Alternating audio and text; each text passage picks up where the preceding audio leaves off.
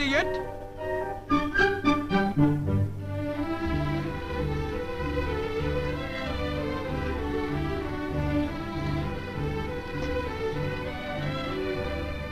Well, for goodness sake, hurry up!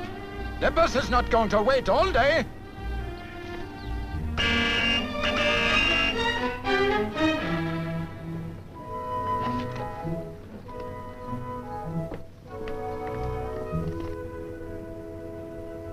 Well, you broke the record that time, Katrin. Yeah, 21 minutes flat. Katrin is my only daughter.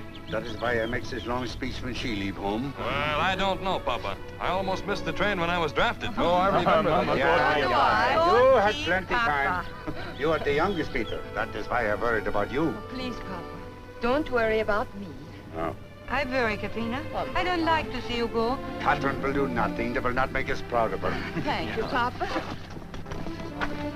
Katrina, you be sure drink plenty milk now. You don't have to remind a Holstrom to eat. You drink a quart a day. I will, Papa. We better start, Katrin. It's getting late for the bus. Yes, Dr. Matson.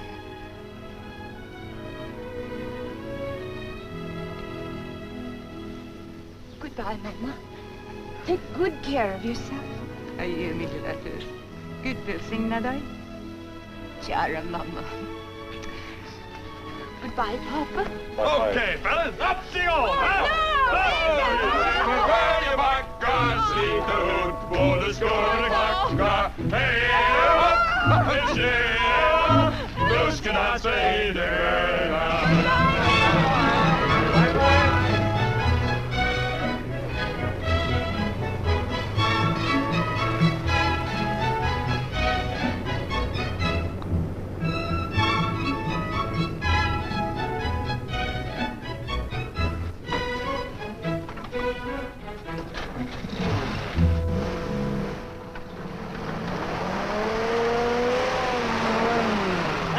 Mr. Holstrom. See you in 2 years.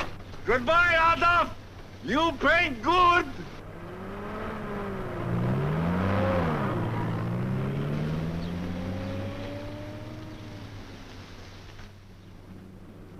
Oh, here is the letter I promised you to the Swedish hospital. I tell them you will be a good student and that you will work hard. Oh, thank you, Dr. Matson. And when you graduate, you will come back to my hospital as a nurse. It's always good to have young people come back to the place where they were born. But if you have any trouble, you let me know. No, Dr. Matson. Papa says we must stand on our own 2 feet. If I have any trouble, I work it out myself. Good.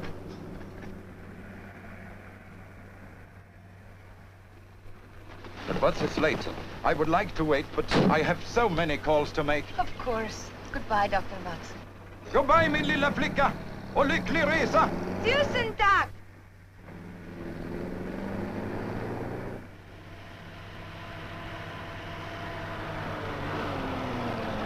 Want a lift?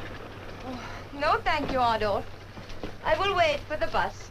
Pushing right into Capital City. Save you $2.53, Katie. Oh? You bet.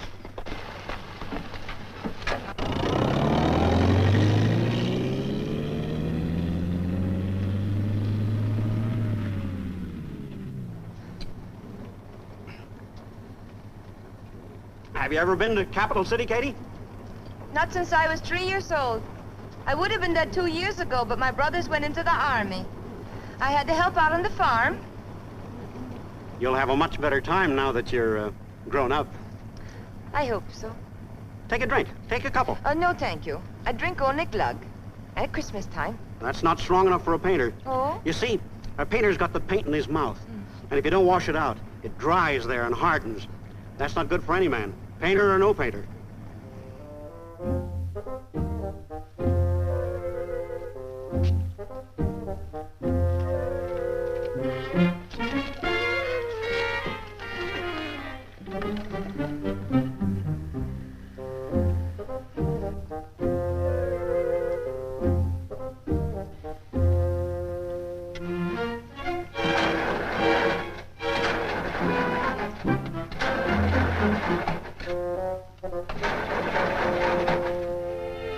Jeep won't start.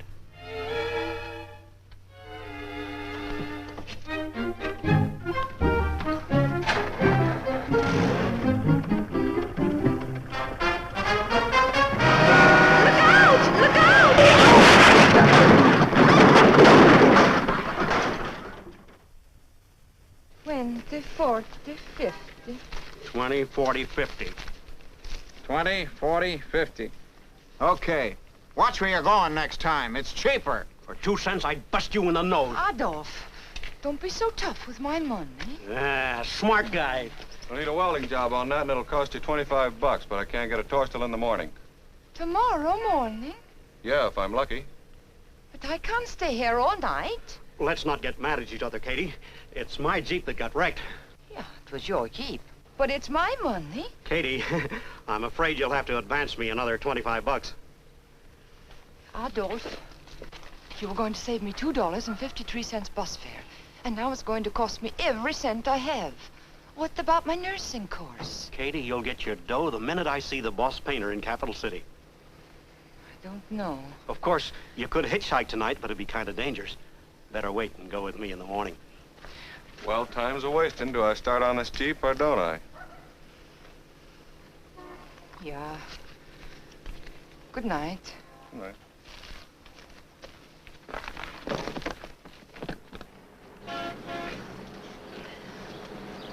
Good morning. Have you seen the... The man that was with you last night? Yeah. No, dearie. He's been gone a good hour. Gone? Yeah. Didn't he tell you? No. No, I didn't see him since I went to my room last night. Uh-huh. Thank you. How far is it to Capital City? 65 miles.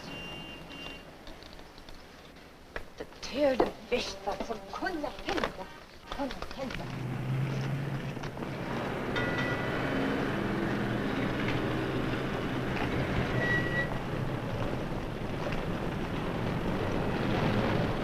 Thank you very much.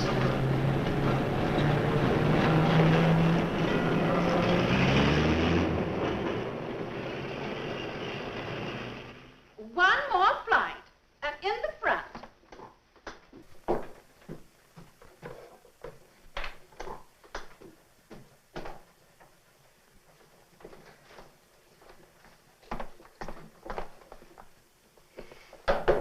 Come in. Well, if it ain't little Miss Nightingale. How are you, honey? I've been looking for you. All morning. I ain't in the phone book. I went to the Painters Union. Kind of anxious to see me again, huh? You bet. Tired, ain't you? Here's just the thing to knock it. Adolf, my $75. I want it. Oh, I'm sorry, dear. I didn't tell you. I'm fixing it so you can deduct that from your income tax. A bad debt, see? No. No, I don't see. I made that money for nursing. You are going with me to see the boss painter? Oh, don't get so tough, honey. We got lots of time to worry about money. And I'm going to get a policeman. Yeah, do that. Yeah, I will. And while you're gone, phone your family. Yeah, and don't forget the people at the Swedish hospital. Phone them all. What? Tell them we had a little trouble on the road. They'd be very interested.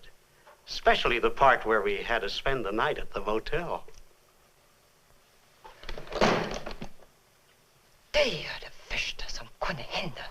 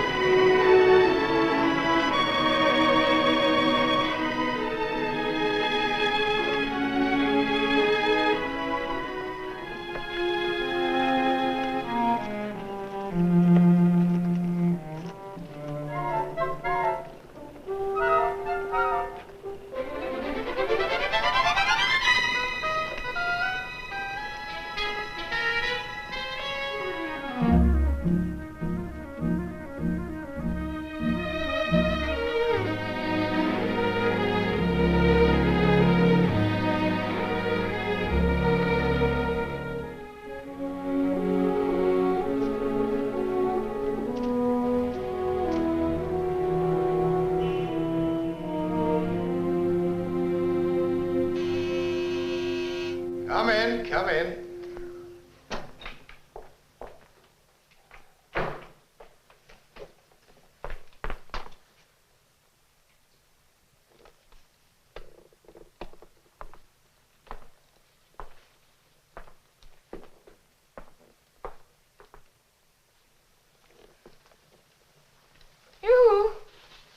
yourself.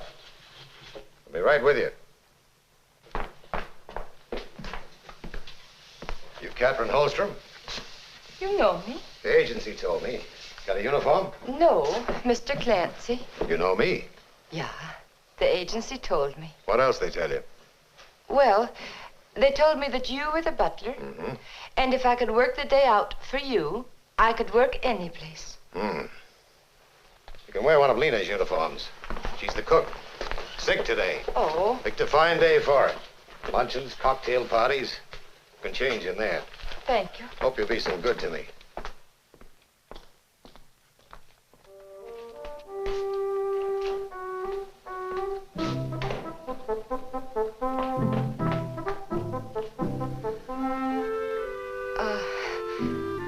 Lena's a very big lady. Help yourself to an apron. Thank you. Gonna make it all right? Yeah. Two of us could get into it. These two-story drips. How do you expect to make good coffee in them? The beatings I take around this house. People in this town scare their kids by telling them they'll have to drink Clancy's coffee.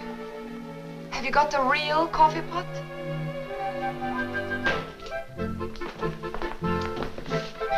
Yeah, thank you.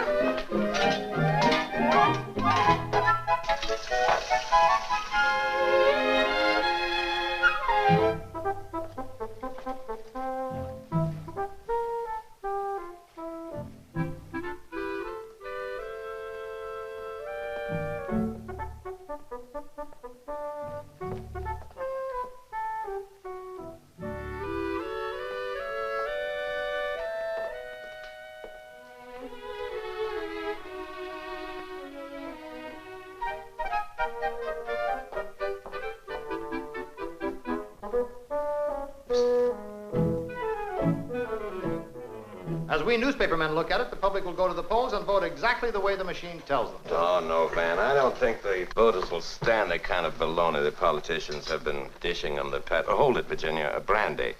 Kills the taste of Mr. Clancy's coffee. Ooh. I forgot. Van? No, thanks.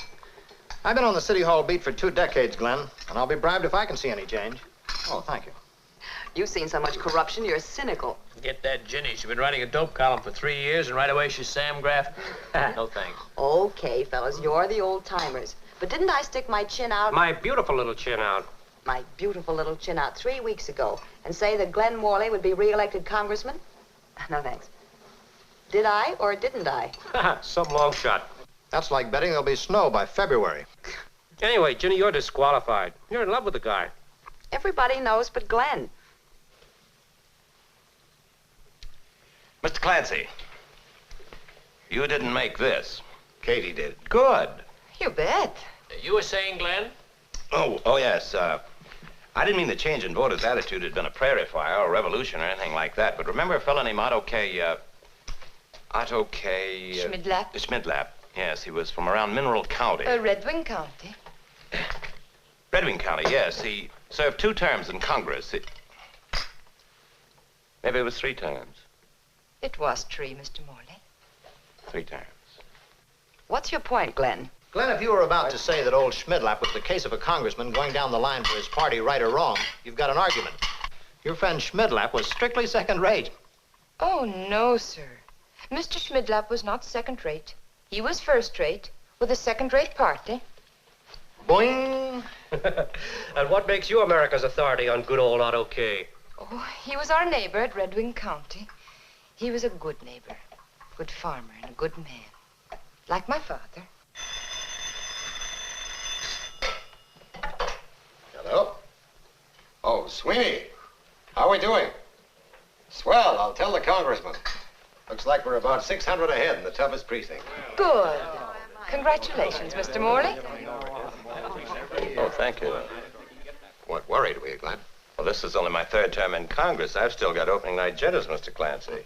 Well, I think I'll go back to the shop and dream up a color feature on how Glenn Morley looked, felt, and acted in victory. Good luck, Glenn. Hey. Going over to opposition headquarters and see if I can get a statement. A Aren't you guys coming back for the cocktail thing later? Free champagne. No champagne, man, me. So long, Glenn. Thanks. Be seeing When you, Greg. next you see me, the time will be 6:30, and I'll knock you dead with the dress I've made out of some old parachutes. Happy landings, Ginny.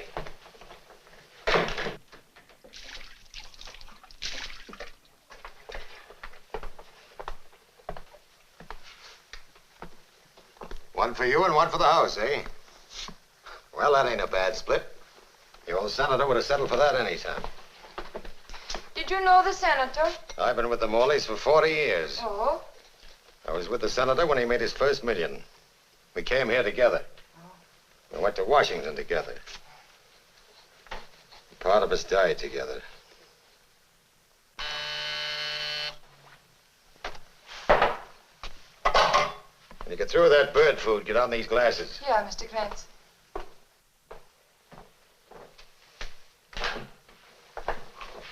Hello, Joseph. Hello, Agatha.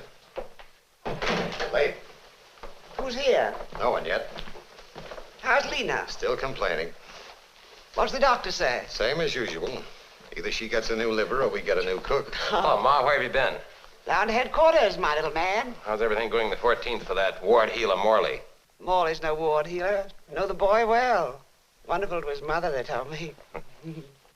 Unless I miss my guess, he'll be re-elected by the usual majority. Hooray for the party. Party? Fiddlesticks. The voters did it themselves. Party's getting filled with fat boys. I've been thinking about that. We'll have to thin them down a bit. You should have been here earlier. We had coffee. Real coffee. Set out for it? The extra girl Mr. Clancy hired. Really? Maybe she'd do for a second maid. Oh, what'd you say your name was? Katrin Holstrom. Oh, this is my mother, Mrs. Morley, Katrin. How do you do, Mrs. Morley? Mr. Morley says you did very well this afternoon, Katrin. Would you like to work for us? You mean steady? Yes. Well, I do have to earn some money. Anything wrong with our money?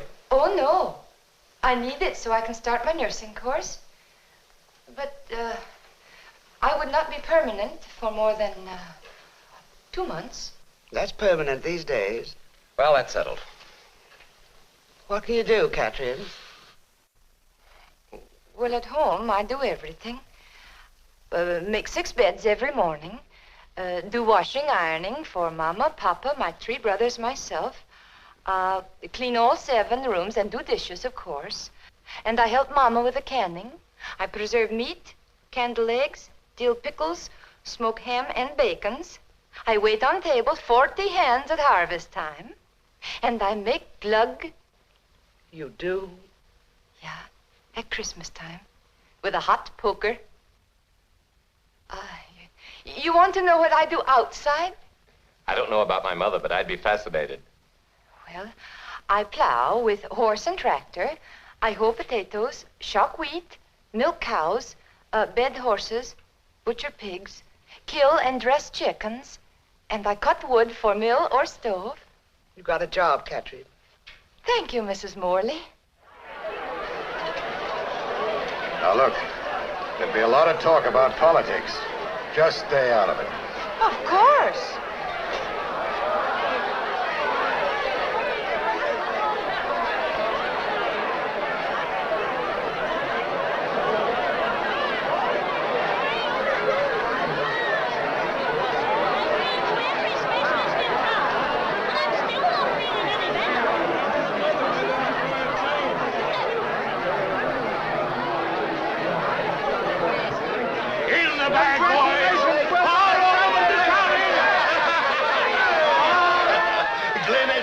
On the phone. The opposition is conceded. We've won, Mrs. Morley. What did you expect? Of course, Mrs. Morley, of course. Drink? No, too stimulating. Doctor has me on the wagon. You're a lucky man, Johnson, to have Glenn Morley as your teammate in Washington. Don't I know it, Nordic? I can't tell you how grateful I am to both of you. Well, Mr. Johnson, you've already been elected. We'll probably have to do some fence mending for the next election. Yeah. Congratulations, Glenn. Thanks, Ma. I was saved by the bell last time they conceded 2 hours earlier. That Charlie? Yeah. Now, hold on.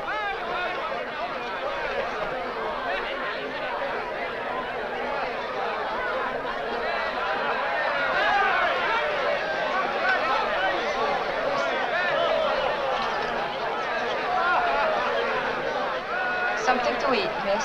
Oh, thank you. Thank you. Did you vote today, my dear?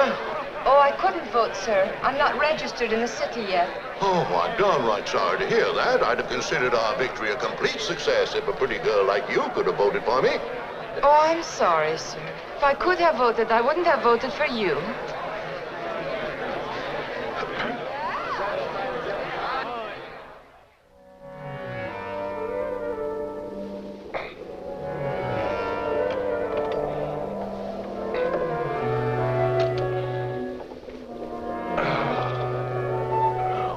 Hello. Breakfast now, Mr. Clancy. Oh, good morning.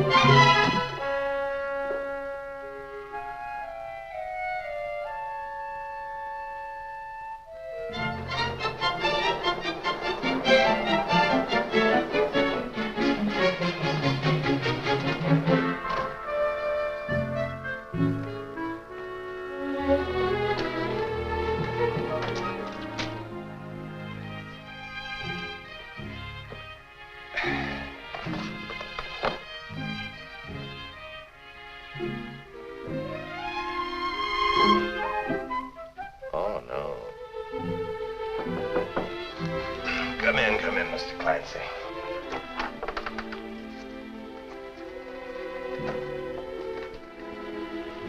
Good morning, Mr. Morley. I thought you were Mr. Clancy. No, Mr. Clancy's taking a little vacation from running up and down stairs. I guess Mr. Clancy thinks he's getting old. Don't let Mr. Clancy hear you say that. No, I won't. Yours? Of course.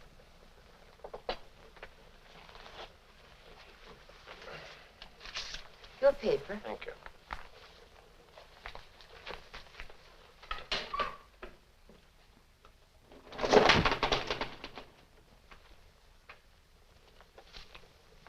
I suppose these photographers know what they're doing.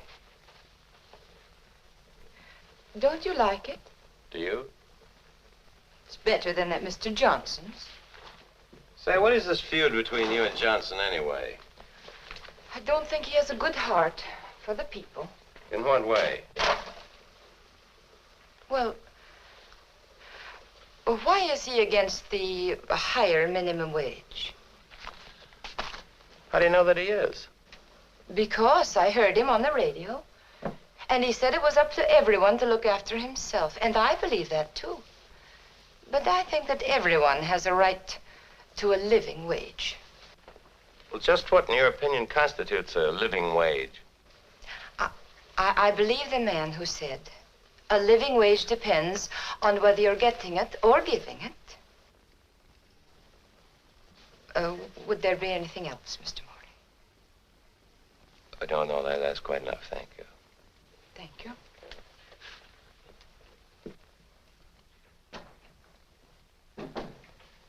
Mr. Johnson, why don't you learn to keep your big mouth shut?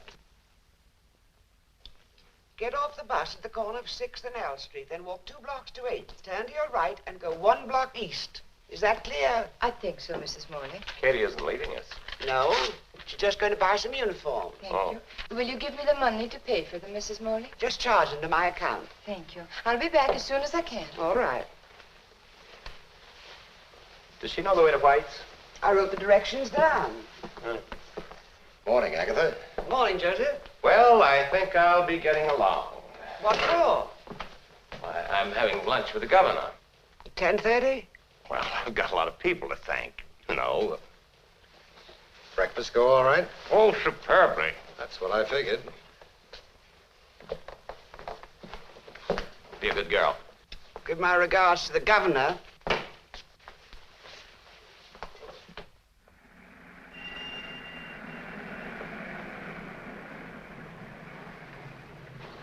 Hop in.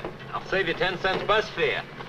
Last time I saved bus fare, it cost me $75. Just tell me the story of your life sometime. I will, Mr. Morley. Sometime. You know what kind of uniforms to get? Yeah. Mr. Clancy said to get something very plain. Mr. Clancy has no imagination.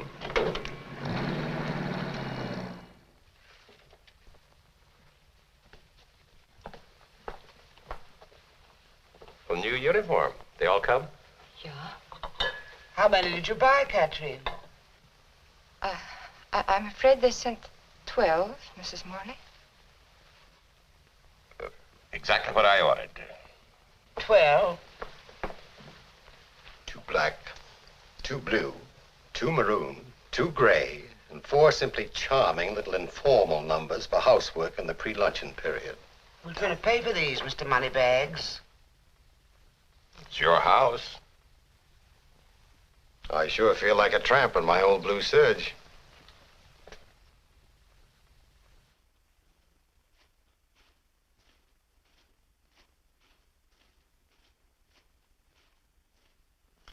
And have this prescription filled. Take one every 3 hours, and I think we can knock it overnight. What did people used to do? In the old days? Hmm. Oh, they ignored it. They were smart. Sure, they were smart. They never called for a doctor till they were good and sick. When a man caught cold, he treated it by going out in the snow and chopping wood, getting awfully hot. Then he came in, drank a lot of liquor, got even hotter, went out in the snow to cool off, got awfully sick, and died. What's the matter with you? What's the matter? Nothing. I'll call you up in the morning, Agatha, see how you are. I can tell you now, I'll be bored. That's part of the treatment. When do you go back to Washington, Congressman? Oh, just after New Year's. I'm checking in a couple of days early. Well, good luck to you, Glenn. Thanks. Goodbye, Agatha. Be a good girl now. You do exactly as he told you. I wish you'd stop getting into a tizzy every time I sneeze. Well, it so happens, Mrs. Wise Guy, that you're the only mother I've got. Joseph, tell Katie Glenn's ready for his breakfast. Oh, you might have had to wait a couple of minutes.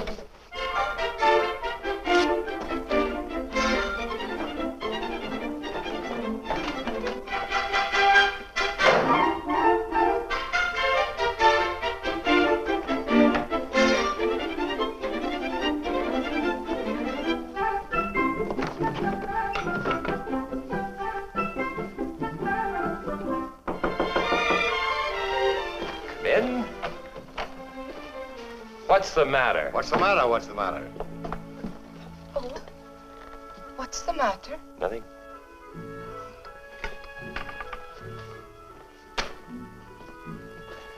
What did the doctor say about Mrs. Morley? Oh, it's nothing at all. Just a sniffle. Oh. Probably be all right tomorrow. Oh, that is good. Then it will be all right for me to speak to her today. What about? To give my notice. I have saved enough money. Well, certainly she's well enough. Give. What are you talking about? My nursing. Oh, I thought you'd forgotten all about that. Oh, no. Aren't you happy here? Yeah. Well, is it work? Is work too much for you? Oh, no, there's nothing more wrong. time off? No, there's nothing wrong. I just want to be a nurse. Well, if you want to be a nurse, And you remember our agreement? there's a very sick woman right down the hall who needs you. Someone besides your mother. Well, just because my mother doesn't complain is no sign that, you know perfectly well that a cold can turn into something else, and that something else can turn into, well,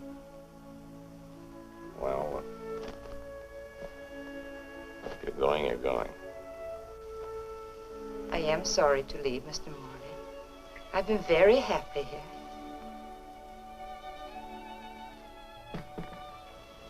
Certainly seem in an awful hurry. You mean now or in general? Both. Well, today is my day off. Where are you going? You mean today? Skating. Hope you have a good time. Thank you, Mr. Morley.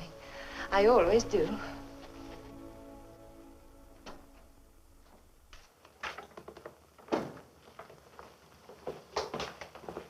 This telegram just came.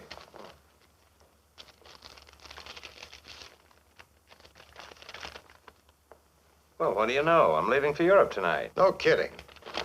Come on, let's tell Mama. Ma, oh, I'm leaving for Europe tonight. Skating all the way? House Foreign Affairs Subcommittee on United Nations Economic Planning. Long name, good committee. 4 of us take off from New York tomorrow at noon. Be in London next day. What time are you leaving? Got to be at the airport at 8 o'clock. Virginia's coming to dinner. Better telephone her to come early. You call her for me, will you, Ma? I've got to get some exercise. Be careful. Don't want you to go to Europe in a hospital plane. You realize, of course, you're talking to the captain of the greatest hockey team Yale ever had. Uh-huh. Mm-hmm.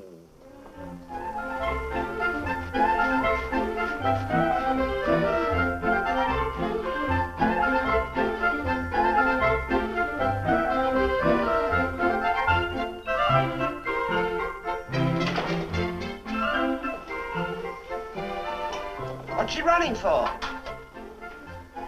She told me all about it. Seems that running keeps her in shape for skating, and skating keeps her in condition for running. Sort of a vicious circle. Ah, here comes our captain. The argument seems to be, is Katie going to skate or is Glenn going to run? Glenn's going to run.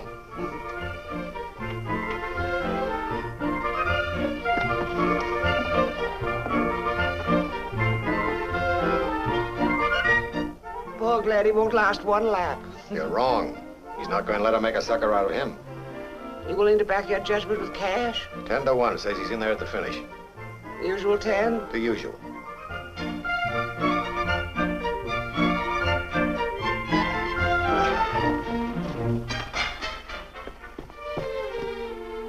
Anything wrong? I think I'll skate now and limber up afterwards. There's your 10 cents.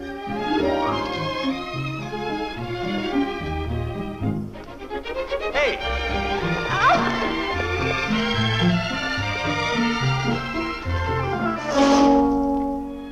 Come on!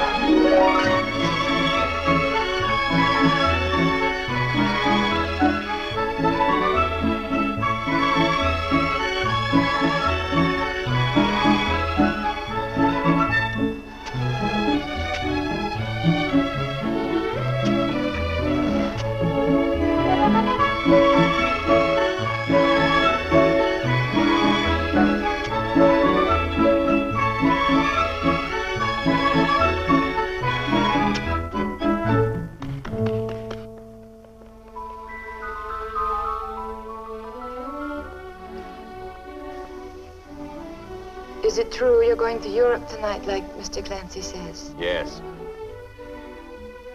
Are you really worried about your mother? Oh, she'll be all right. Oh. I was just trying to think of some way to make you stay.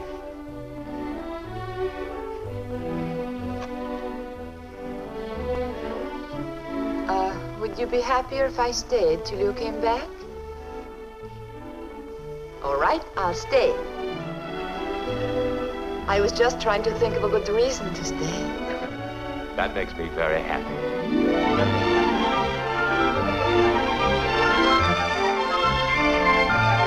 I hope Glenn doesn't forget the ice gets awfully thin down by the boathouse. Well, he went through the ice there last year. He couldn't be such a dumbhead. 5 will get you 10. 2 bits this time.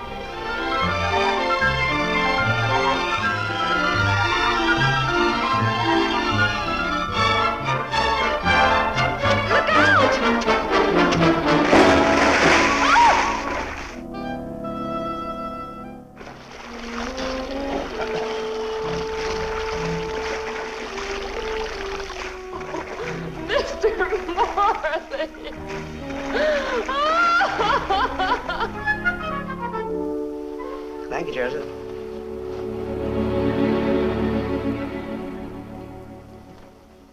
Still feel cold, Glenn? Oh, I shoulders a little stiff. Come in, Katie, come in. That's right.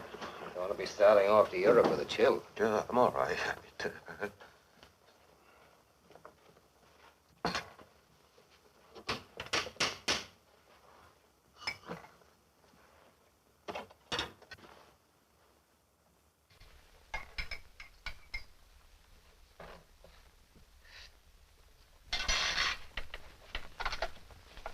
What's that you're giving him? Glug. We pretend it's Christmas.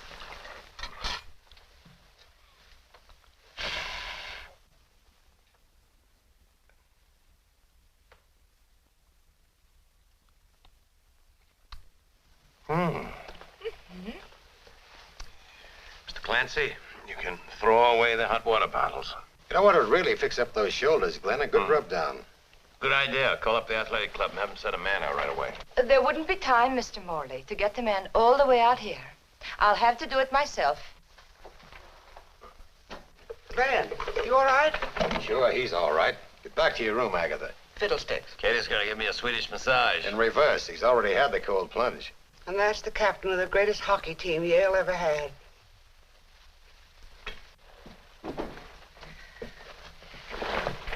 Mr. Morley, will you lie right down there at the foot of the bed, please?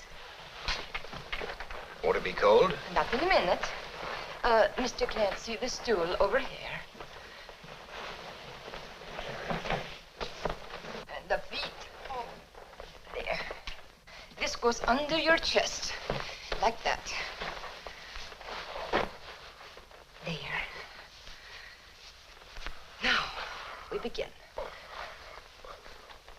Oh, please relax. You're very tense. Now, don't be nervous. I have to get the kinks out of your back. Is there anything you can't do? Oh, yeah. Too many things, Mr. Morley. You have three of the most unusual talents I ever heard of. Bet you're the only girl in Capitol. I'm sorry. Who can give a Swedish massage? Make glug glug glug. And call.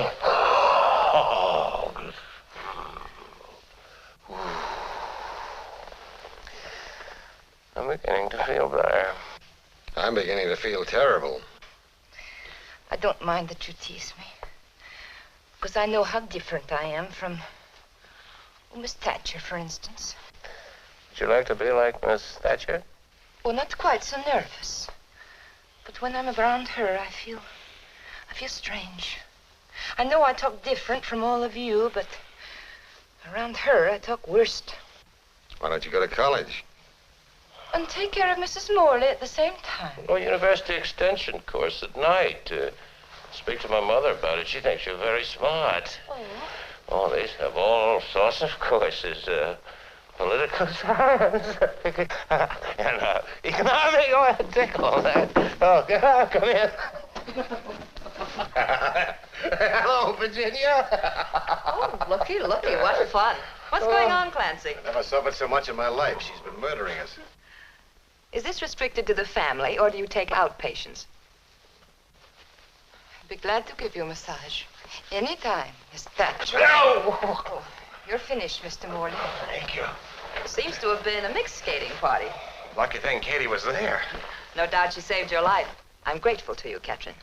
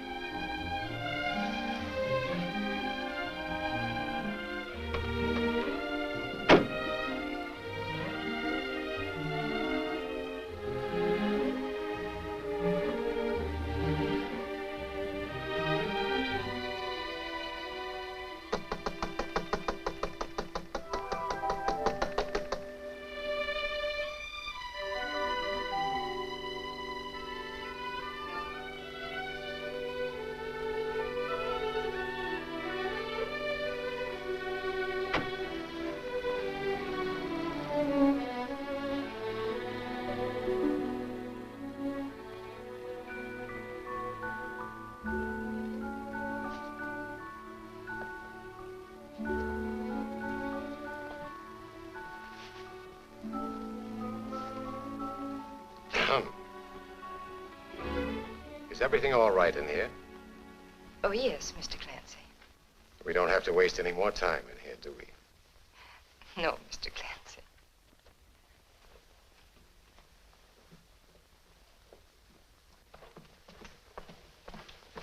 Learning anything at that night school? Oh, yeah. Yes, Mr. Clancy. Last time we learned why all the leading nations went off the gold standard. Did they? Why?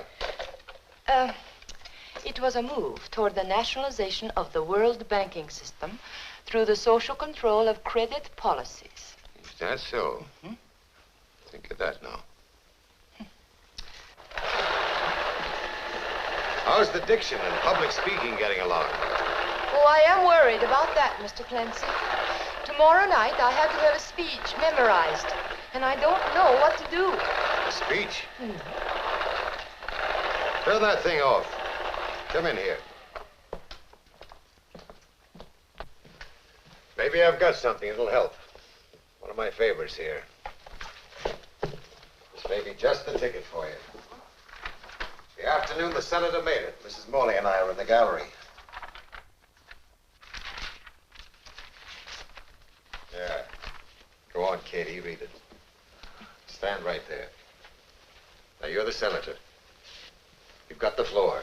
The chamber's pretty crowded this afternoon.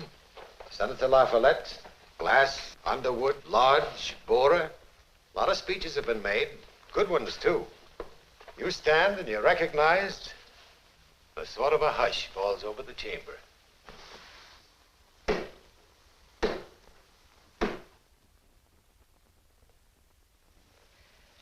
Mr. President, today I don't want to make a speech. I want to tell you a story about a doctor named Sorensen who lived in a small town. He was a good doctor, but the rich people in this town didn't like him because he told them the truth a little too often about their imaginary sicknesses. Things got bad for Dr. Sorensen, and he moved across the tracks to the poor section of town where people needed him but didn't have the money to pay. He worked for them anyhow. They would give him a bottle of milk when he cured a sore throat or a loaf of bread when he set a broken leg. Dr. Sorensen couldn't afford a regular office. He practiced in the room he lived in, upstairs over a livery stable. The shingle outside was a simple little sign that read, Dr. Sorensen, upstairs. Well, even doctors get sick. And after working years with these poor people, Dr. Sorensen got sick and he died. And all those people who loved him and whom he loved buried him. They wanted to put up a big marble monument, but they just couldn't afford it. So they took the sign from the stable and put it over the doctor's grave. There it stood. That was his monument. Dr. Sorensen, upstairs. Today, a president has died. Only a short time ago, his dream, the League of Nations, was killed by people who couldn't stand the truth. But his dream shall not perish from this earth. It will live in the hearts of good, common people. For over the president's grave, the people have placed their everlasting monument, which, like the doctor's, reads simply, Woodrow Wilson, upstairs.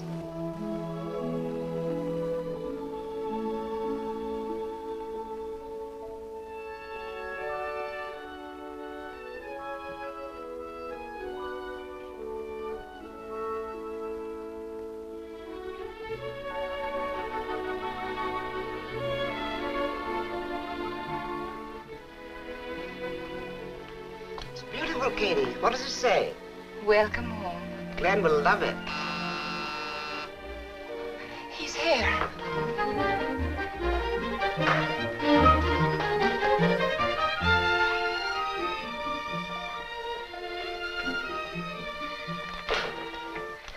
Evening, Katrin. Oh, good evening, Miss Thatcher. Is he here yet? No. You are the first.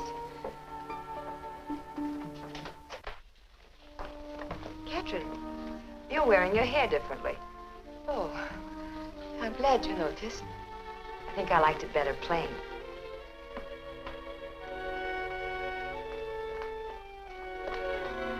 It's Miss Thatcher. Oh, hello, Virginia. Darling.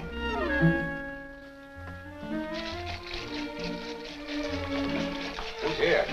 Mrs. Morley. And darling.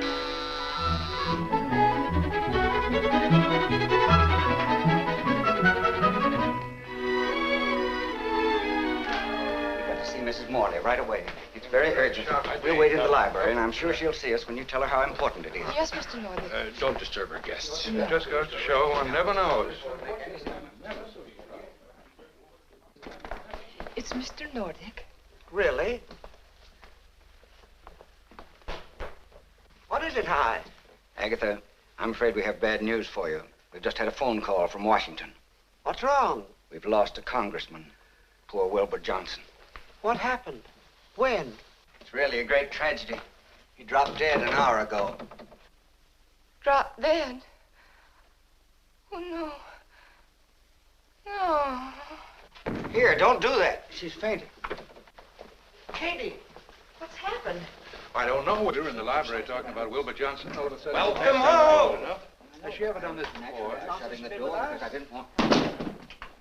Glenn. Virginia? Ma? Hello, Glenn. What happened to Katie? Well, she fainted. I think she thought you were the one that dropped dead. Dropped? Oh, you mean Johnson? Told me at the airport. Katie. You all right?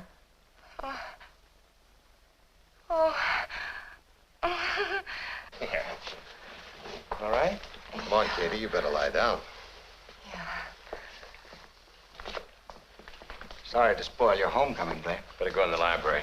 Gotta work fast. Joseph, get Miss Thatcher's coat.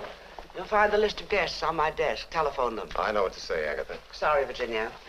I'll go quietly if you'll give me a beat on who's replacing Johnson. I think you'll just go quietly. Edgar Allister Peterfee II, Frederick Palmer Stewart, Theodore Cummings, Anders J. Finley, and Tony DeCorda. You can forget every candidate but Peterfee. Why Peterfee? Gentlemen, Colonel Peterfee was my regimental commander during World War I. No finer example of American manhood exists in this town. Could we elect him? He'll get the service vote. If you'd heard as many mothers complain about Colonel Peterbee's command as I have, you'd realize he couldn't be elected garbage collector, which he is. I resent that. Quiet, Eckers, or you'll have to go home. Gentlemen, it's getting late. Tomorrow the governor will have to announce a special election to fill the vacancy caused by Wilbur's death. We must make up our minds. Read the list again. Edgar Allister Peterfee II. Frederick Palmer Stewart. Feel better now, Katie? Theodore Cummings. Yeah. Anders J. Finley. Tony DeCordo. Wait a minute. What about Finley? Well, good political background. Best kind of business connections. Pleasant personality. Did pretty good as a commissioner, served 2 terms. I served 5 sessions with him on the council. His record as alderman is enviable How and would he be for the women? Inoffensive. Any objections to Finley? None? Well, is it Anders J. Finley? Mrs. Morley? Mm-hmm. Eckers? Matternan? Uh-huh. Sweeney? Uh-huh. Glenn?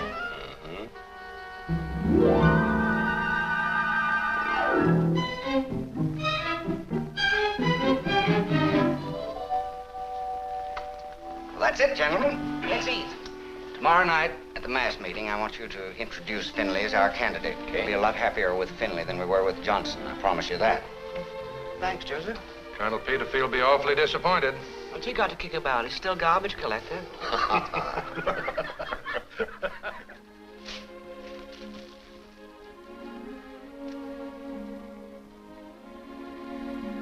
What's that? Oh, it's some of the cake I made for your homecoming.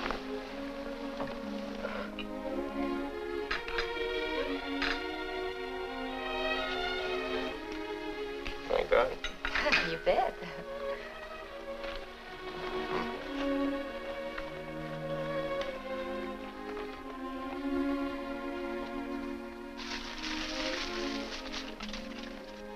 skating lately?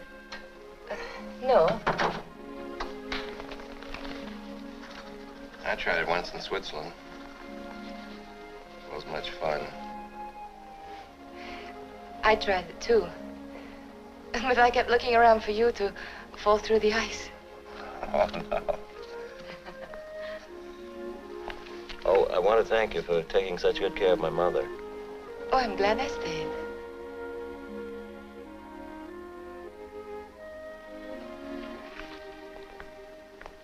I thought a lot about you while I was away.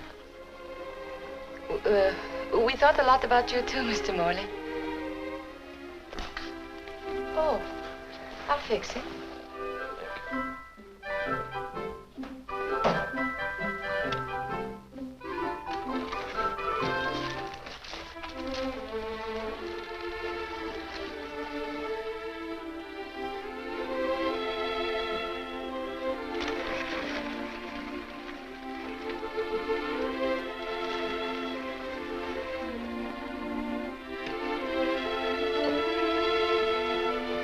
You are.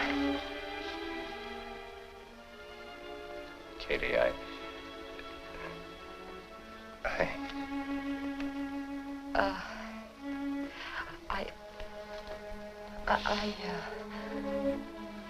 Apparently you didn't approve our choice of Mr. Finley tonight. Oh. Well, I don't think he's any improvement over Mr. Johnson. What do you know about him, anyhow? Oh, I know his record. And I heard him speak one time when he came through our county. He has a very bad record. Oh, so you're an authority on Mr. Finley, too? Well, for one thing, why did he stop free milk from the grade schools? And if you don't like him, don't vote for him. Oh, don't worry, I won't. I was only asking you, why did he stop the free milk? Don't ask me. Ask Finley. There's a big meeting tomorrow night. Ask him. He'll be there. All right, I will. Oh, all right.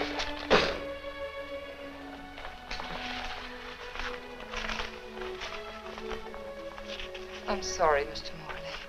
Morley. I didn't mean to upset you. Upset me? I'm not upset.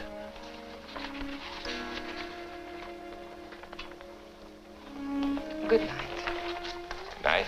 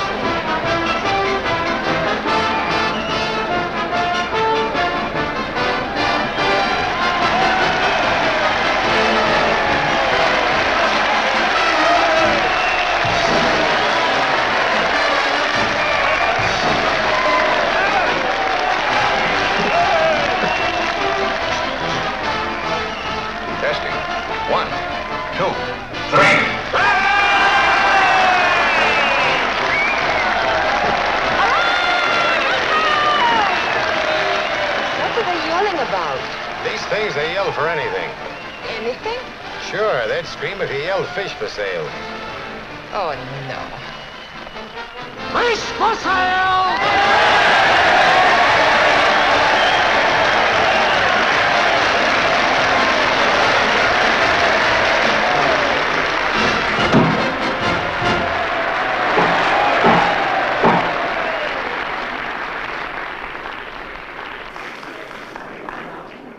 Hello, Americans. The future of this country is safe!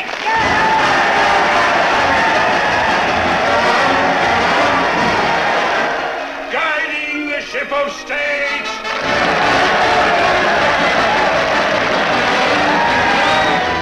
And I tell you, in every summer vault in the Paspaloose, you'll find a hiss to last your rest of population.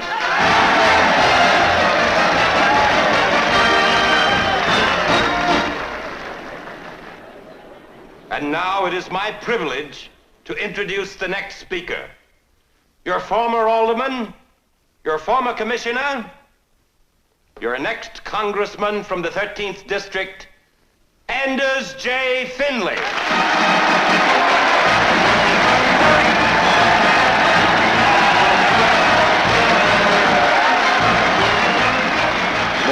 good. Yeah. He's the only one the opposition has. I wish we had.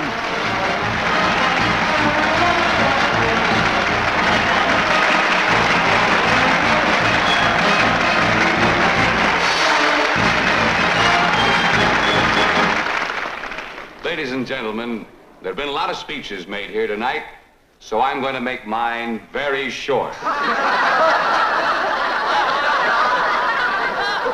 I appreciate the magnificent tributes made to me.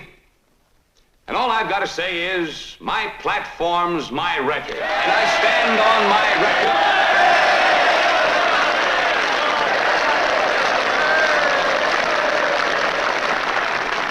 Now, if there are any questions anyone would like to ask, I'll be glad to see what I can do with them.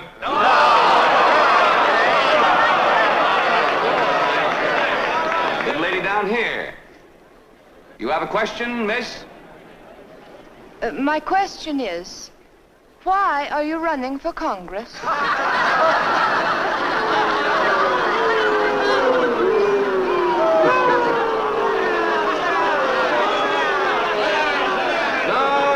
Let the little lady speak. No. Why do you ask that question, miss? Because, Mr. Finley, I'd like to know how you, with your record, can ask these people to vote for you. Well, I'll match my record with any man's.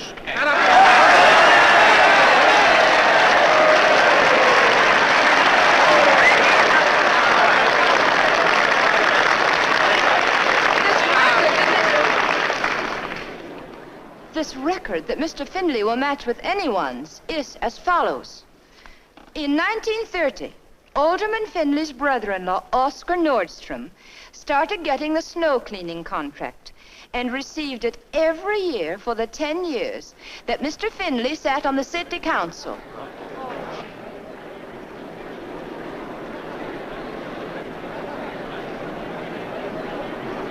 And in 1932 and 1933, Alderman Finley said the bread lines were costing the city too much money. And even went to the extent of trying to put through a bill to force apple sellers to buy licenses. And in 1934... The speakers in support of Mr. Finley had barely concluded when a young woman rose from the floor to challenge the party's selection. Been checking since then on her identity. And this beautiful blonde is a second maid employed in Congressman Morley's palatial home on the lakefront. She couldn't have been more of a bombshell if she'd been planted by the opposition. Or was she? Well, were you? I've been thinking ever since I got home. I'll leave here tonight. That's smart. That's using a head. You know what they'll say about me then, don't you? What will they say? They'll say I threw you out. They'll say I'm against freedom of speech. They'll call me a fascist. Right. I need an aspirin. You do what Mr. Morley says. You stay right here and keep your mouth shut till this election's in the bag. Yes, all right.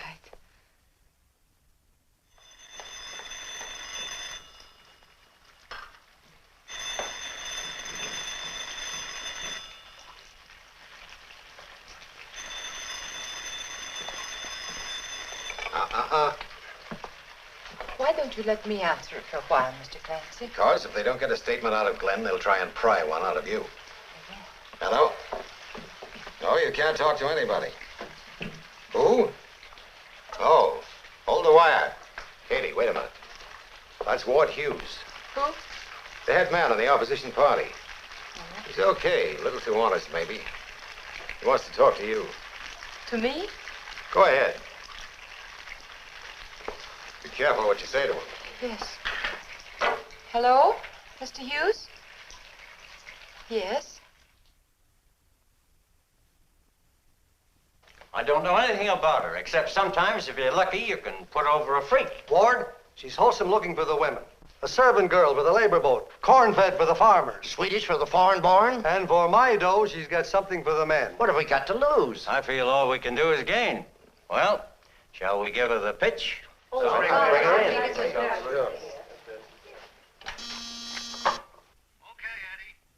Will you go in now, Miss Holstrom? Thank you. Oh, come in, Miss Holstrom. Mrs. Brown, Mr. Evans, Mr. Briscoe, Mr. Ryan, Miss Corbett, Mr. Sylvie. Miss Holstrom, sit down. Thank you for being so patient, Miss Holstrom. There were one or two things we had to talk over. And it comes down to this. Our party honestly hasn't the right candidate. Now, last night you were pretty positive about what kind of a congressman you didn't want. I was hoping you'd be just as positive as to what you did want. What I think doesn't matter so much. No, go ahead, Miss Holstrom. Tell us what sort of a representative you'd like. Someone who'd represent... No, I mean represent all of us. To me, once a person is elected to office, he has a great duty to all the people. He shouldn't just represent the men who gave money to his advertisements and campaign. And he shouldn't be in office to serve just the politicians. He should serve the people. He should know what the people want and vote for what they want. Thank you, Miss Holstrom. Thank you for giving us our candidate. You're welcome, Mr. Hughes. I'm glad I was able to be of some assistance to you. You'll run, of course. Me? Yes. Hair, cute. What have I done?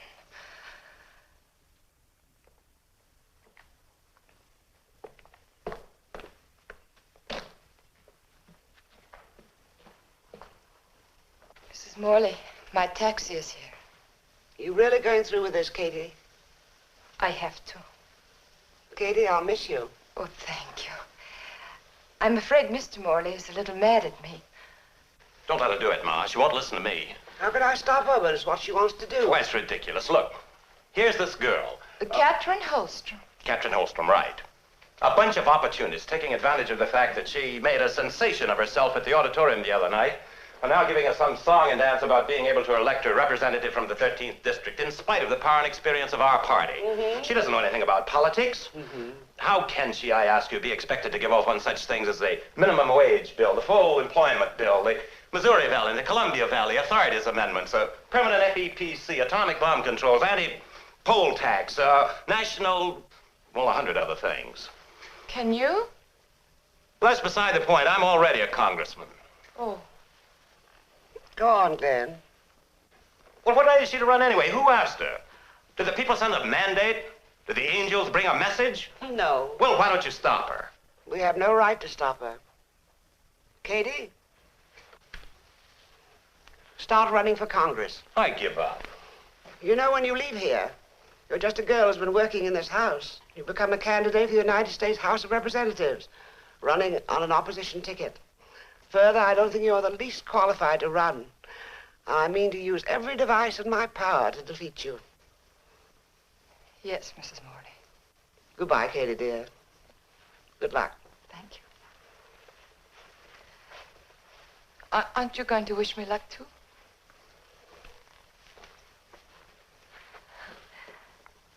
Good luck, Katie. Goodbye.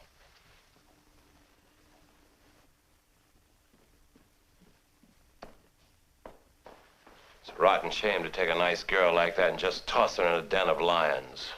Your concern wouldn't be because you're in love with her, would it? Well, of course not. It's just that she's a very, very sweet girl and fair play.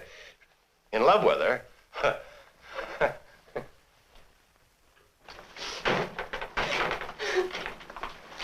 don't know why I'm crying, Mr. Clancy. Because you can't bear to say goodbye to me. Yeah, I guess that must be it. We'll let you in on something, Katie. What? Might bring you luck. Oh. For over 40 years now, I've been voting for the Morleys. This time, I'm going to vote for you. Oh. That's not changing anything. Because in my book, you're Morley people. Go ahead, driver.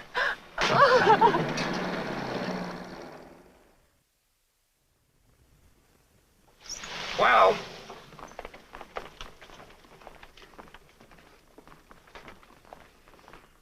Because I believe that only in cooperation with the rest of the world can we achieve an eternal and happy peace. I shall work for the rights of all people, no matter what their color or religion, and I shall support every measure that endorses and furthers these rights. I thank you.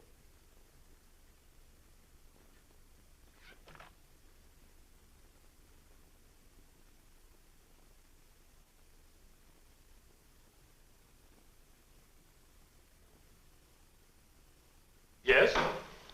Hello, Katie. Oh, Mr. Morley. I dropped by because I'm on my way to Washington. Ladies and gentlemen, tonight I am here to ask No, you... Miss Holstrom. Wait. Opening speech, take 12. Begin. Ladies and... Oh, recording machine. Yes, I make the speeches, and we listen. Oh, Congressman Morley, these are my brothers. Peter. Congressman. And Sven. Congressman. Sven. And this is Olaf. Olaf. Oh, and Mr. Winder, my diction teacher. Oh, how do you do? Was that your first speech I just heard? Yes, you see, my problem for Miss Holstrom is to give her voice body and size. And I think we're coming along very well. You do? I do. Do you like it, Mr. Morley? I'm afraid I'm not in a position to... No, go ahead and tell us. We want to know what you think. On the basis of the few words that Mr. Morley has heard, I don't think he's in a position to judge. As a matter of fact, I am in a position to judge. There's nothing wrong with the speech except the way you make her say it. I think it's outrageous. You do? I do. That's what I've been telling you for the last 3 wait a days. minute, hold on. Listen to what I was saying. No, It's too late to calm down. Gentlemen. I suggest you conclude your business with Congressman Morley so we can go ahead. You go ahead now. Out. I beg your pardon. He said go on out. Beat it. You're out of a job, Mr. Winder. Go now, Mr. Winder. It will be safer. See here, I'm not accustomed to this being. Where are you taking me? Put me down! Put me down, I insist! Say goodbye. Well, Sorry if I did anything to create an unpleasant situation, but I really don't think Please don't worry about it. My brothers were ready to throw him out a long time ago. Hello? Congressman Morley, yes? All right. Your driver's downstairs. He says if you want to make that plane, you'll have to leave in a few minutes. Tell him I'll be right down, please. All right. Leave you right down. I came to say goodbye because at the house, I didn't say goodbye the way I wanted to. Oh, thank you very much. Good luck, Katie. Every kind of good luck. Just a minute, Congressman. You can't go now. You must stay and tell Katrin what she's doing wrong and how she should do it right. She needs your help. He has to make his plane. Instead of wasting 2 minutes talking about the plane, he could be telling you what to do. Please tell her. What to do. Well, look, Katie. Just remember why you've been chosen as a candidate. I saw you at the rally. You got up on your feet and spoke simply and honestly about what you felt. That's the way you've got to talk through the entire campaign. You mustn't be giving bad imitations of a lot of bad speech makers. You can't win by yelling in a loud voice and waving your hand and tearing at your hair and going into a lot of double talk. You've got to talk like... Mr. Clancy told me how simply you read my father's speech that day in the library. Talk like that. Just be yourself. Try it again. Here? Ladies and gentlemen, tonight I want to ask you for the most precious thing you own, your vote. That's the way to do it, Congressman Morley. Thanks. Why, he did more in 2 minutes and Winder did in 2 weeks. Said Congressman. Come on, Katrin. Get up on the platform and talk. Yeah, come Let on, Mr. Morley hear for once. All right. Yes, you go ahead. I'll stay as long as I can. Go on now, Katrin. The power and right...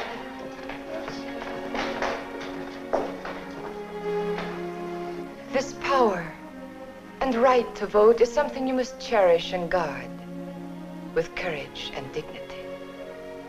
When someone asks you for your vote, you must be jealous of that vote. You must ask yourself, who is it I'm voting for? What kind of a person? What does he stand for? What does he believe in? Nothing wrong can happen to you, the people, if you will use your vote properly. And no one man or... Go on, Katrin. Don't stop. Wonderful. Don't stop now. No one man or group of men can hurt you if you will use your power of a free and honest election.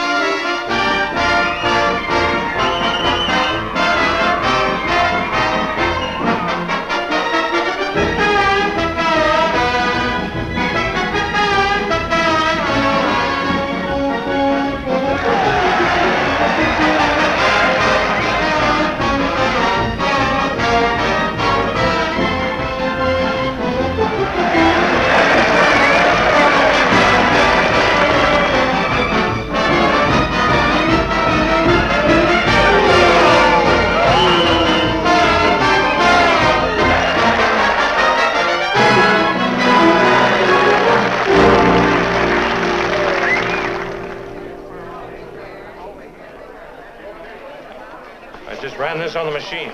I can't understand it. Mrs. Morley says she can. 48% for that girl. With our machine, after all the money we've spent, Finley ought to be at least 85%. 2 days before election. Has Glenn left Washington yet? He's leaving by plane tonight. Have you seen these? He's due here at 6:30 tomorrow morning. He'll make 4 speeches in the district, then we'll put him on the radio tomorrow night. He's got to get in there and slug. Not that I'm worried, of course, but this girl's been getting away with murder. Come in. Excuse me. There's a man here says he wants to see whoever's in charge of Mr. Finley's campaign. What does he want? He says it's very confidential. He couldn't tell it to anyone but the boss. All right, send him in. Will you come in, please? Thank you.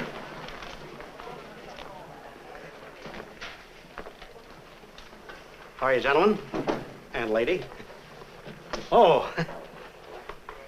Hello, Mr. Finley. How do you do? I guess you don't remember me, Mr. Finley, but we have met on a number of occasions. Oh. Oh, yeah. Glad to see you again. You wanted to see me? If you're the boss. He's the boss. Is it okay if I talk in front of, what I have to say is kind of confidential. Okay, sit down. What can we do for you? Well, there's a kind of talk going around that this here Katie's running away with the election. Katie? You know her? I'm the one brought her to Capital City. Friend of the family. Yes, ma'am. I stayed with her folks up in the country. I'm a painter, see? I painted her folks' barn. Get to the point. Well, gentlemen and lady, I'm here in the interests of good American citizenship. I don't think that a tramp should run for Congress. And I got some very personal information about this Katie, about a night she stayed at a motel where, due to circumstances, there was only one... What's your point in coming here with this information? Like I told you, ma'am, good citizenship, the right representative for our Congress, and... I suppose you expect some expression of our gratitude? No, ma'am. I don't expect to get anything for this. But things has been a little rugged in the painting business. If I could lay my hands on a couple $100 so as I could go away and get rid of this. Hi, open the window. Let's get some air in here. What kind of a campaign do you think we are running? Now get out of here before I throw you out. I can prove it. I was there, You heard what the man said. Now go on, beat Don't it. have to take my word for it. I wonder if he could prove it. It's an obvious piece of blackmail. For $500, that man would sell out Finley if he wanted to. A fella comes in with a perfectly good story. We don't even listen to him. We throw him out of the office. What goes around here? Are we for me or are we for Katie? I haven't quite made up my mind. That may be very funny to you, Mrs. Morley, but I've spent 20 years of my life in politics. I can match that and add 20. Oh, I know. Guess I'm a little bit jumpy, Mrs. Morley. Forgive me. I have no complaints. You put on a swell show.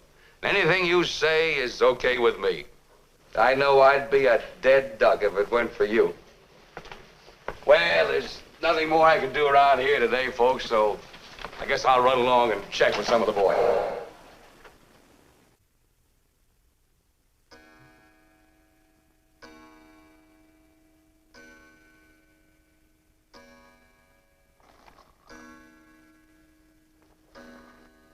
You can see for yourself, Glenn. It's fully documented. That first one is the farmer's sworn statement. He's the one Katie paid $50 damages to. The other one's the mechanic. He got 25 from Katie to fix Adolph's Jeep. And here's one from the woman who ran the motel. All sworn statements, Glenn.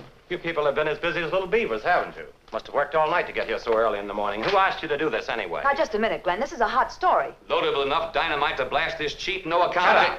Glenn, we've got to be practical. This is a campaign. In politics, you use every break you get. Virginia, don't print that story.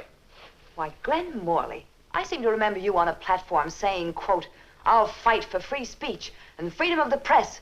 Now, look, I know I'm in no position to insist. You're in no position, period. Now, stop this, both of you. Remember this, Agatha. They go to the polls tomorrow morning at 7, and we stand a darn good chance of getting our ears pinned back. Now, you tell Glenn, do we want to win this election or don't we? I'm sorry it had to come to this. I suppose we have to win an election.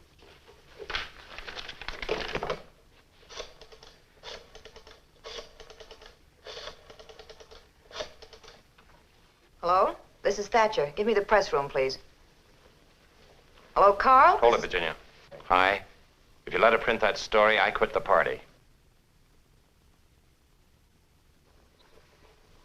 Sorry to hear you take that attitude, Glenn. Don't like to think of a Morley leaving the party. When your father died, it was a little tough for us for a while, but we made it all right. I guess we can make it again.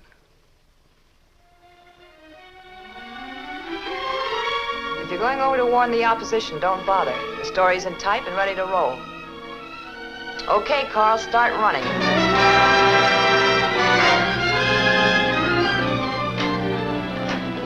Miss Holstrom, please. Miss Holstrom's not here. Where is she? I don't know. Just a moment. Where's Katie? Congratulations, Morley. Where is she? She left an hour ago. We were tipped off then that the story wasn't type. Where'd she go? Morley, this is a rotten way to win an election. Even if it's true, you shouldn't What have do you done mean, even if it's true? She went back with her brothers to their farm. Eddie. Yes, sir? Call the party workers to stand by. I have a slight hunch something's liable to pop. What? How do I know? This is politics.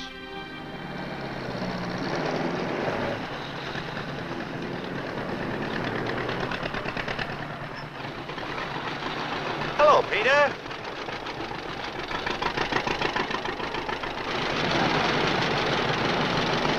Hi, Olaf.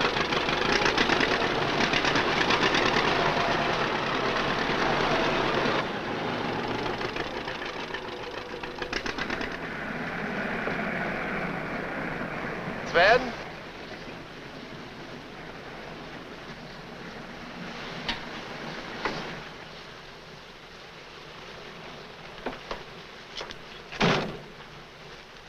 Mrs. Holstrom? Yeah? Oh, can you tell me where... Yeah. Oh, thank you. Thank you.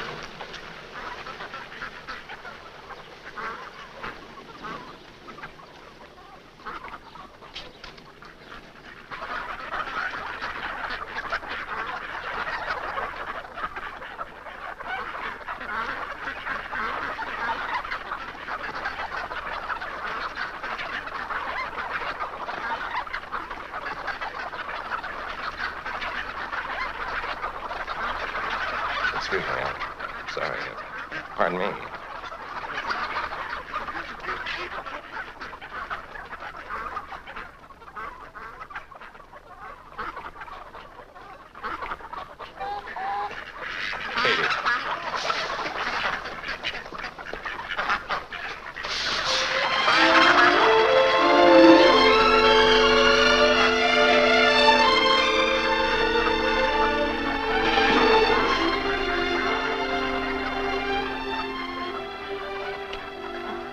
Katie.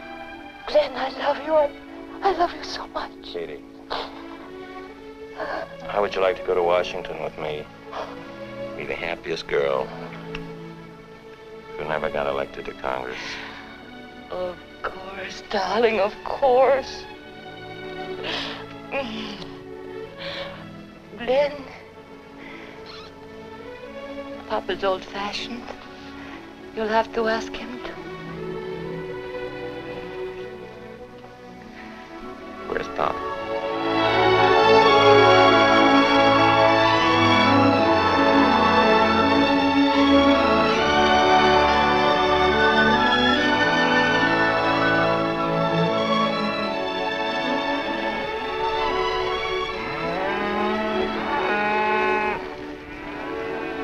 Papa, this is Glenn Morley.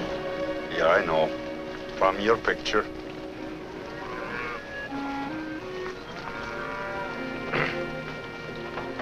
Mr. Holstrom, I want you to know that I had nothing to do with what was in the papers. Yeah, I know. From your picture. Thank you. Oh, it's sad this had to happen. Sad for Katrin and sad for the people that love her. I know how you feel because I love her too. We want to be married, Papa. And you come to me for permission? Yeah. Did you come to me for permission when you ran away from capital city and quit? I told you before. You told me lots of things. You asked me nothing. You wanted to quit too? I thought it'd be the easiest thing for Katie. Yeah, the easiest thing. The easiest thing when I come here 40 years ago would be to let the earth lie dead, unplowed. The easiest thing would be for me not to raise a family and make them believe the things I believe. So, you want to get married. Well, go ahead. This is not important to me. I thought that Katrin was married to the truth. But now that she wants to quit and that you want her to, I don't care whether you get married or not. Are you trying to make me feel ashamed, Papa?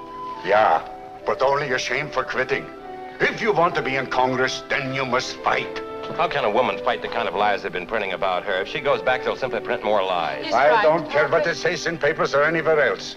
Woman or man, if you don't want to fight for the truth, then you shouldn't be in Congress.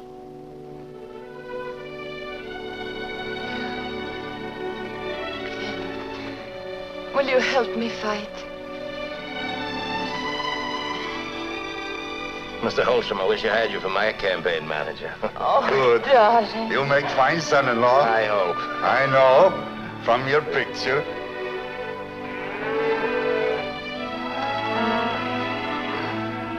Close the door. Glenn, where on earth are you talking from? Oh, how is Katie? I suppose you think that comes as a big surprise to me. They're going to be married. I like that. I wish we hadn't walked out of here quite so fast this morning. I've had a very interesting guest for the past couple of hours. Ah, interesting guest. You stay there and wait for my call. All right, Glenn. Agatha, how long are you going to let that fella hang around here? Stick around, Joseph. Things may get more interesting. Bring that in. Congratulations. On the wedding, I mean. Thank you. Maybe I can give Glenn a wedding present. Here's how. Just been having a little drink with the senator. Thank you. You know, it's a great privilege to be chatting with you socially in your home, Mrs. Morley. You're practically a legend in this state, you and the senator. Allow me, sir. I don't really think... Just one more, and make it short. You know, Mr. Findlay, you've been a great service to the party. Yeah, but you didn't believe Adolf the first time he came in, did you? There's only one thing that's worrying me, Mr. Findlay. What's that? You must have paid him a lot of money. I think the party should give it back to you. Oh, don't worry about Joseph. He's been a Morley for years. What I know, he knows. Well, that's good enough for me, Joe. I'll tell you a little secret. I gave Adolf 500. You're not going to turn that house painter loose with all that money. Oh, no. I got him in protective custody till after the election. In a safe place, I hope. In my lodge up in Kaluma Lake. Nobody's gonna go that far to look for it. And if they do, they'll be sorry. I got my toughest boys guarding him. Your boys? You have your own machine, Mr. Findlay. It's a national organization the boys and I belong to. You're looking far ahead. I suppose you have a name for your organization. Oh, yes, indeed. We got to stay undercover for a while, but we're doing a beautiful job. We got a great plan mapped out to educate the public. What do you want the public to believe, Mr. Findlay? I want them to believe in our type of 100% Americanism. Now, 100% American is... White? Right. No foreign born? Right. The right kind of religion? Exactly right, Mrs. Morley. I guess I know where you stand. You're leaving this house now, or I'm going to throw you out. Joseph, how dare you talk to one of my guests like that? You're not serious about this. Joseph, I'm afraid we'll have to speak about this later. Mrs. Morley, I'm not accustomed to speaking about things later. Mr. Findlay, I'm afraid I'll have to let Joseph throw you out. What kind of double-crossing deal is this? I'm counting 3. Mrs. Morley! Get going.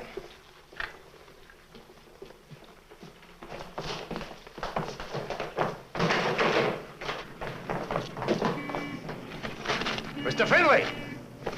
You forgot your hood!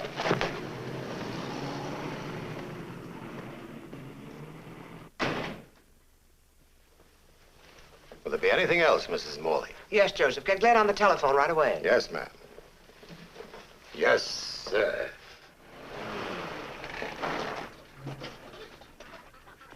Hey, wait a minute. Who's going on the radio, Katrin or Glenn? We'll know more about it when he's through talking to his mother on the phone. Oh.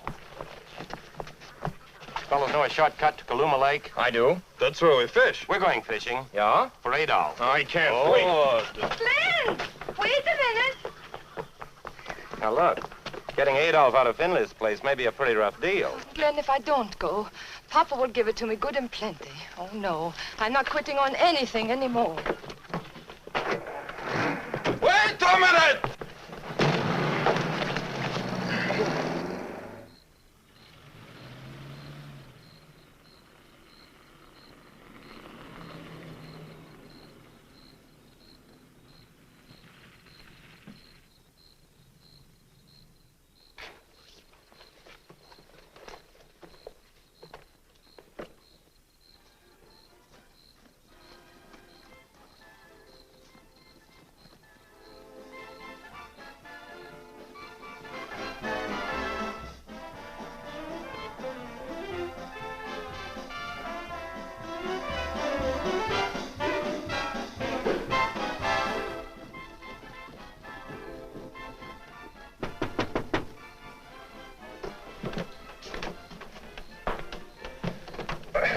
Good evening. My name is Harry Selby. Well, what do you know? I hate to disturb you at this late hour, but I wonder if you could direct me to the O'Shea Lodge. This ain't it. Oh, I know it's on the North Shore. This is the South Shore. Yes, I know. I must have taken the wrong fork in the road. You see, I used to live here some years ago, but, well, they've changed the signs or something. Then everything was dirt roads, and you could find things easily. How long have you lived around here? I'm a tourist. Oh, And the North Shore is right around the lake, on the opposite side of the South Shore. How do you get there? You get a car? Oh, yes, I've got one of those new models. It's a... Well, drive it. This car ain't one of ours. Finley was right. Wouldn't it be easier to go by boat? Yeah, it would be easier to go by boat, but I ain't got a boat. Oh, you can get boats now. I saw a cruise advertised the other day. O'Shea's got a beauty. Look, Mr. Seaby, I'm trying... Selby, Harry Selby, tractors and farm equipment. We got out a new Look, line. Mr. Selby, go away. Beat it. We're very busy in here right now. I got my friend in here in a triple blitz. Good. Now go away, beat it, and give my regards to your friend O'Shea. Oh, do you know O'Shea? No, I don't know O'Shea, and I don't care if I... Fisher! Take it back!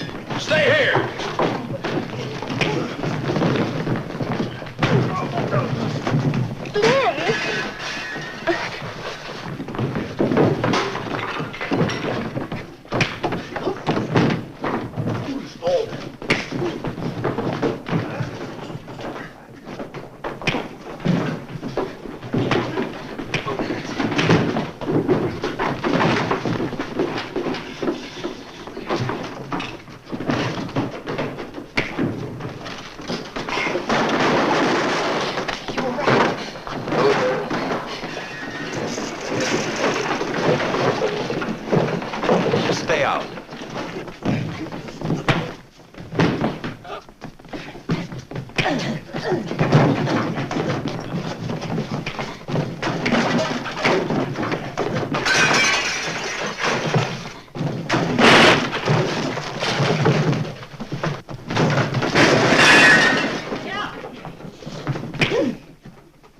I got blow! Get Adolf! He's gone!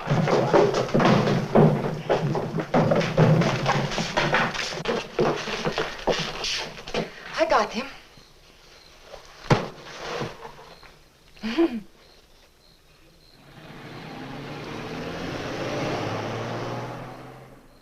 I'll stick with the party if we dump Finley and say so publicly. But that's going to be impossible. Call for up us the to do. newspapers and get out an extra. How are we going Issue about a getting statement an in extra? support of Katie and get it on the radio. But you can't tell the All whole of this town. must be done by 7 o'clock. But that's what the man said, Hi.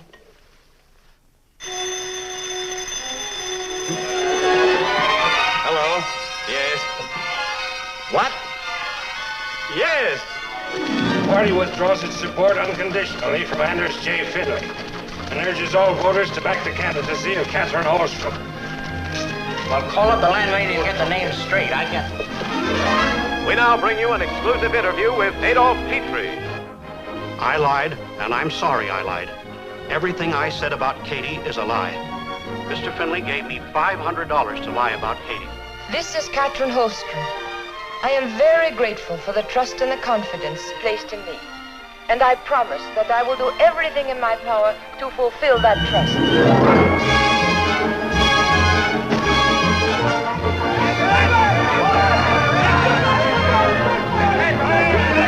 Just 1 hour and 55 minutes from now, the polls will open. I urge you, as citizens who want good government. Let me repeat. Our party has withdrawn its support from Anders J. Finley unconditionally. We urge you to go to the polls this morning and vote for Katrin Holstrom. Good! Mr. Finley was my leader, and it was an order. He said, once a member of the organization, always a member of the organization. And I knew what would happen if I didn't obey. So I swore to all the lies he told me to say.